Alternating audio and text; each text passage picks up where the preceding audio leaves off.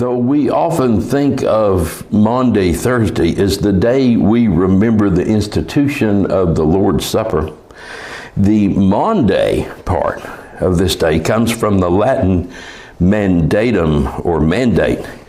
Historically, the mandate from which Maundy Thursday gets his name is not about Holy Communion, but about foot washing. Or more accurately, Jesus' answer to the disciples' confusion and alarm after he washed their feet. There's a fine line between being too independent and not dependent enough. We want our family and friends to be confident in our love, but not be burdened by it. We want them to know that they are loved, but we don't want them to be smothered by our love. Well, to be honest, we almost wish that Jesus hadn't made it such a big deal. We almost wish that this faith thing had been an internal, a belief relationship just between each of us and Jesus. But no, he had to go and include the whole world, and especially those within the community of faith. I give you a new commandment, that you love one another. Just as I have loved you, you also should love one another. By this, everyone will know that you are my disciples, if you have love for one another. You know, loving one another is not just a good idea, not just a clue to better living, not just a suggestion for health and happiness. No, Jesus made it a commandment. Love one another. And not only that, but also the sign that we belong, that we are a part of the fellowship, a part of the family. Not by how many Bible passages we read, not by the acts of charity that we perform, not by the hours of pew time we put in throughout our lives, the lives of pure moral character. None of that is the sign that we belong to Jesus. All of that is good stuff. That's stuff we ought to be doing. But the sign is something else entirely. By this, everyone will know that you are my disciples if you have love for one another. It's not about what's inside you. It's about what comes out.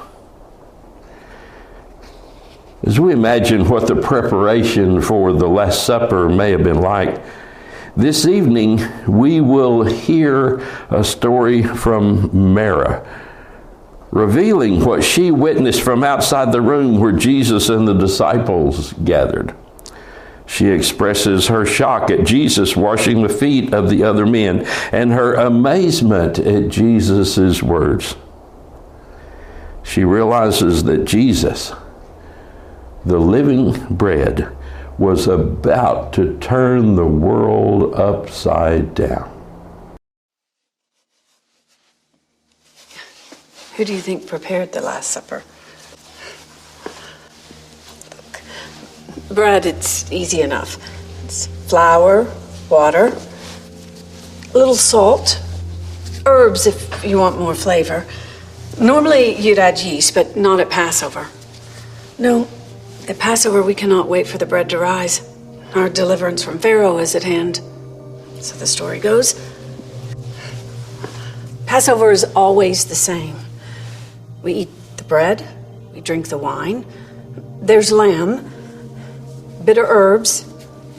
We remember our deliverance and our coming deliverance. Next year in Jerusalem, we always say, Messiah will come. It's always the same. But sometimes it seems so far away, so complicated. This year, things were, well, 2 men followed our servant home from fetching water. They were wanting a place to celebrate Passover with their rabbi, and my husband and I, we had an extra room. So I baked the unleavened bread, and I delivered it when they arrived. The rabbi graciously introduced himself, and a horde of 12 men followed him into our upper room. I'd heard about this rabbi. Wild tales of healing blind men, raising the dead, walking on water. So, naturally, I stood outside the door and I peeked around the corner. And that is when he turned it all upside down. You see, the person who sits at the head of the table isn't supposed to get up and wash other people's feet.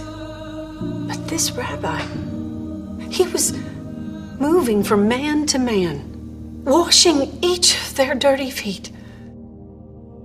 Well, I pulled back before I was seen, but still, I listened. I stayed and listened. His words were sure, kind, but like fire, like no rabbi I'd ever heard. If you see me, then you see the Father, he said. He also said that he would be broken for them. He talked of the new covenant and being children rather than orphans. And as the bread was passed, the unleavened bread of deliverance, he said, I am the living bread.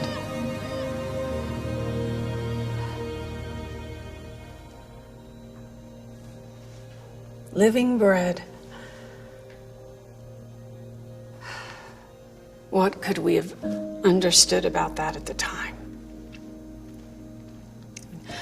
A new covenant was coming, and our deliverance was at our doorstep.